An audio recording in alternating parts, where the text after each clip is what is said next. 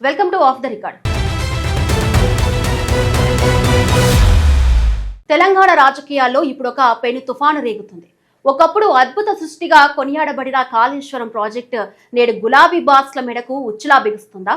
ప్రజాభవన్ వేదికగా ముఖ్యమంత్రి రేవంత్ రెడ్డి విసిరిన ఆ ఒక్క సవాల్ ఇప్పుడు బీఆర్ఎస్ టాప్ లీడర్స్ ను నిద్రలేపకుండా చేస్తుంది. దమ్ముంటే డేట్ ఫిక్స్ చేయి కేసీఆర్ అంటూ రేవంత్ వేసిన పొలిటికల్ పాచికకు ఫామ్ హౌస్ వ్యూహం ఎలా ఉండబోతుంది? ఈ 1,00,000 కోట్ల రచ్చ అసెంబ్లీలో ఎలాంటి వినాశనానికి దారితీయనుంది? గులాబీ కోటను బద్దలు కొట్టేందుకు కాంగ్రెస్ సిద్ధం చేసిన ఆ అస్త్రాలేంటి? అసలు ఈ పొలిటికల్ క్లైమాక్స్ ఎటువైపు వెళ్లనుంది?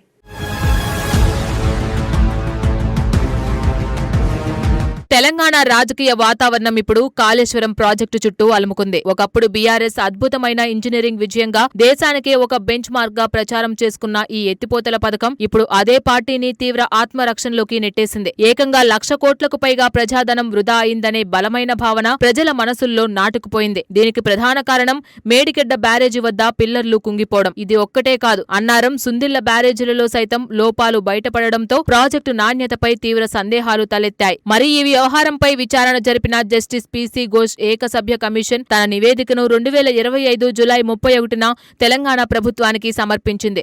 ఆ నివేదికలో స్పష్టంగా లోపాలను ఎత్తిచూపారు. ముఖ్యంగా ప్రాజెక్టు నిర్మాణంలో జరిగిన అక్రమాలకు, నిర్లక్ష్యానికి మాజీ ముఖ్యమంత్రి కేసీఆర్ ను నేరుగా బాధ్యుడిగా తెలిపింది. ఈ నివేదిక సమర్పించిన తరువాత 2025 సెప్టెంబర్ 1న తెలంగాణలోని రేవంత్ రెడ్డి ప్రభుత్వం ఈ కేసును సెంట్రల్ బ్యూరో ఆఫ్ ఇన్వెస్టిగేషన్ అంటే సీబీఐకి అప్పగించింది. సీబీఐ విచారణకు సిఫారసు చేయడంతో ఈ వ్యవహారం మరింత తీవ్రతరమైంది. ఈ నేపథ్యంలో బీఆర్ఎస్ నాయకులు కేటీఆర్, మాజీ మంత్రి హరీష్ రావు ఈ ప్రాజెక్టుకు ఏమీ జరగలేదని, అంతా సవ్యంగా ఉందని ప్రజలను నమ్మించేందుకు తీవ్రంగా ప్రయత్నిస్తున్నారు. దీంతో తెలంగాణ రాజకీయ క్షేత్రంలో కాళేశ్వరం ప్రాజెక్టు వైఫల్యాలు ఇప్పుడు దావానలంలా రగులుతున్నాయి. ప్రజాభవన్ వేదికగా ముఖ్యమంత్రి రేవంత్ రెడ్డి బీఆర్ఎస్ నాయకత్వంపై అక్షరాలా విరుచుకుపడ్డారు. గత ప్రభుత్వ అనాలోచిత నిర్ణయాలు, అవినీతి స్వార్థం వల్లే ఈ అద్భుత ప్రాజెక్టు దెబ్బతిందని ఆయన ఫైర్ అయ్యారు. ఈ భారీ వైఫల్యంపై అసెంబ్లీ వేదికగా సమగ్ర చర్చకు తాము సిద్ధమంటూ కాంగ్రెస్ సర్కార్ సవాల్ విసిరింది. వైఎస్ఆర్ హయాంలో తక్కువ వ్యయంతో ప్రారంభమైన ప్రాణహిత చేవెళ్ల ప్రాజెక్టును కేసీఆర్ పూర్తిగా మార్చేశారని సీఎం ధ్వజమెత్తారు. నిపుణుల కమిటీ వద్దుమొర్రో అంటున్న మేడిగడ్డ బ్యారేజీని కేసీఆర్ తన స్వలాభం కోసమే నిర్మించారని ఆరోపించారు. కేవలం కమిషన్ల కోసమే ప్రాజెక్టు అంచనాలను ఏకంగా 81,000 కోట్ల రూపాయలకు పెంచేశారని ఎండగట్టారు. ఇంత భారీగా ప్రజాధనాన్ని ఖర్చు చేసినా నీళ్లు కానీ, కొత్త ఆయకట్టు కానీ పెరగలేదని రేవంత్ విమర్శించారు. నేషనల్ డ్యామ్ సేఫ్టీ అథారిటీ నివేదిక కూడా నాణ్యతా లోపాలను స్పష్టంగా ఎత్తి చూపించిందని గుర్తు చేశారు. అధికారుల నిర్లక్ష్యం, నాణ్యత లేకపోవడం వల్లే కన్నెపల్లి పంప్ హౌస్ మునిగిపోయిందని ఆరోపించారు. 9.5 ఏళ్లలో రాష్ట్రాన్ని అప్పుల పాలు చేసి ప్రజాధనాన్ని బూడిదలో పోశారని రేవంత్ ఆగ్రహం వ్యక్తం చేశారు. కాళేశ్వరంపై చర్చకు రాకుండా బీఆర్ఎస్ నేతలు మిడిమిడి జ్ఞానంతో మాట్లాడుతున్నారని సీఎం ఆగ్రహం వ్యక్తం చేశారు. కాళేశ్వరం ప్రాజెక్టు చుట్టూ తిరుగుతున్న రాజకీయాలు తెలంగాణలో తీవ్ర దుమారం రేపుతున్నాయి. ప్రజాధనాన్ని నిలువునా ముంచేసిన కేసీఆర్, కేటీఆర్, హరీష్ రావులను రేవంత్ రెడ్డి తీవ్ర పదజాలంతో విమర్శించారు. రాష్ట్రానికి 8 లక్షల కోట్లకు పైగా అప్పులు మిగిల్చిన వారిని ఆర్థిక ఉగ్రవాదులుగా అభివర్ణించారు. కాళేశ్వరం పేరుతో 1,00,000 కోట్లకు పైగా ప్రజల సొమ్మును వృధా చేశారని సీఎం ఆరోపించారు. మేడిగడ్డ, అన్నారం, సుందిళ్ల బ్యారేజీల నిర్మాణంలో ఎలాంటి భూ పరీక్షలు చేయలేదని ధ్వజమెత్తారు. ఇసుక పునాదులపై నిర్మించడం వల్లే ఈ రోజు ఆ బ్యారేజీలు కుప్పకూలే స్థితికి వచ్చాయని విమర్శించారు. తన మెదడు రంగరించి కట్టానని చెప్పుకున్న కేసీఆర్ నిర్వాకం వల్లే ఇదంతా జరిగిందని ఎద్దేవా చేశారు. ప్రారంభమైన ఏడాదిలోనే మేడిగడ్డ బ్యారేజీ దెబ్బతినడం వెనుక ఘోరమైన నాణ్యతా లోపాలు ఉన్నాయన్నారు. ఈ తప్పిదాల వల్ల జరిగిన నష్టానికి తెలంగాణ ప్రజలు ఎందుకు శిక్ష అనుభవించాలని రేవంత్ ప్రశ్నించారు. బీఆర్ఎస్ నేతలు చేసిన తప్పులను నిరూపిస్తే 3 ఏళ్ల పాటు రిపేర్ల బాధ్యత వారికే ఇస్తామన్నారు. కేసీఆర్ కోరుకుంటే అసెంబ్లీ ఉమ్మడి సమావేశం ఏర్పాటు చేయడానికి కూడా తాము సిద్ధమని ప్రకటించారు.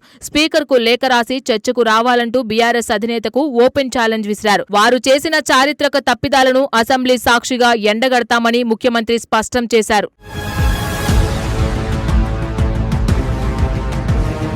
ఒకప్పుడు బీఆర్ఎస్ పార్టీకి మకుటాయమనంగా నిలిచిన కాళేశ్వరం ఇప్పుడు ఆ పార్టీకి పెద్ద మైనస్ గా మారింది. అద్భుతమైన ఇంజనీరింగ్, అద్భుతంగా ప్రచారం పొందిన ప్రాజెక్టు నేడు ఆ పార్టీని ఆత్మరక్షణలోకి నెట్టింది. మేడిగడ్డ బ్యారేజీ పిల్లర్లు కుంగిపోవడంతో ప్రజల్లో గులాబీ పార్టీ పట్ల తీవ్ర వ్యతిరేకత వ్యక్తమవుతుంది. అన్నారం, సుందిళ్ల బ్యారేజీలలో సైతం లోపాలు బయటపడడంతో 1,00,000 కోట్లు వృధా అయ్యాయనే భావన బలపడింది. జస్టిస్ పీసీ ఘోష్ ఏకసభ్య కమిషన్ నివేదిక ఇప్పటికే ఈ ప్రాజెక్టులోని తప్పులను స్పష్టంగా ఎత్తిచూపింది. ఈ నేపథ్యంలోనే కాంగ్రెస్ ప్రభుత్వం ఈ అక్రమాలపై సీబీఐ విచారణకు సైతం సిఫార్సు చేసింది. ఇలాంటి క్లిష్ట పరిస్థితుల్లో బీఆర్ఎస్ నేతలు మళ్లీ ఈ అంశాన్ని తెరపైకి తేవడం రాజకీయంగా బ్యాక్ ఫైర్ అయింది. ప్రాజెక్టుకు ఏమీ కాలేదని నమ్మించే ప్రయత్నం చేస్తున్న గులాబీ శ్రేణులు రేవంత్ రెడ్డి వ్యూహంలో చిక్కుకున్నారు. గోదావరి వరద నీటిని ఎందుకు లిఫ్ట్ చేయడం లేదంటూ కేటీఆర్, హరీష్ రావు చేసిన విమర్శలు వారికే రివర్స్ అయ్యాయి. రైతులను తప్పుదోవ పట్టించేందుకే బీఆర్ఎస్ నేతలు ఇలాంటి విమర్శలు చేస్తున్నారని రేవంత్ తిప్పికొట్టారు. సాంకేతికంగా, పర్యావరణ పరంగా నిపుణులు వ్యతిరేకిస్తున్న ప్రాజెక్టును సమర్థించుకోవడం బీఆర్ఎస్ అజ్ఞానానికి నిదర్శనమన్నారు. సొంత రాజకీయ ఉనికి కోసమే గులాబీ నేతలు కాళేశ్వరం అంశాన్ని పదే పదే వాడుకుంటున్నారని విమర్శలు వెల్లువెత్తుతున్నాయి. ముఖ్యమంత్రి రేవంత్ రెడ్డి విసిరిన సరికొత్త సవాల్ ఇప్పుడు బీఆర్ఎస్ అగ్రనాయకత్వాన్ని తీవ్ర డిఫెన్స్ లో పడేసింది. కాళేశ్వరం లోపాలపై అసెంబ్లీ సుదీర్ఘ చర్చకు రావాలంటూ సీఎం ఓపెన్ ఆఫర్ ఇచ్చారు. ఉభయ సభల సంయుక్త సమావేశంలో ఈ అంశంపై చర్చించేందుకు తమకేమీ అభ్యంతరం లేదని ప్రకటించారు. మాజీ ముఖ్యమంత్రి కేసీఆర్ కోరుకున్న తేదీనే ఖరారు చేసేందుకు ప్రభుత్వం సిద్ధంగా ఉందని తెలిపారు. సభలో కేసీఆర్ కు పూర్తి గౌరవమిస్తూ ఎలాంటి అడ్డంకులు లేకుండా మాట్లాడే సమయం ఇస్తామన్నారు. ఇందుకోసం వెంటనే అసెంబ్లీ స్పీకర్ కు లేఖ రాయాలని కేసీఆర్ కు రేవంత్ సవాల్ విసిరారు. కేసీఆర్ సభకు వచ్చి ప్రాజెక్టు నిర్వహణపై పక్కా ప్రణాళికతో ఒప్పించాలని కోరారు.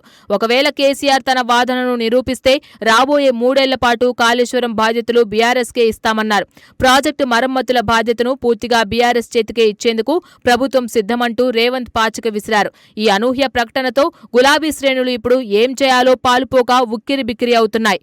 రేవంత్ రెడ్డి విసిరిన ఈ సవాల్ను స్వీకరించడం కేసీఆర్ టీంకు అంత తేలికైన విషయం కాదు. ముఖ్యమంత్రి వేసిన ఈ రాజకీయ వ్యూహం ఇప్పుడు తెలంగాణ రాజకీయాల్లో హాట్ టాపిక్ గా మారింది.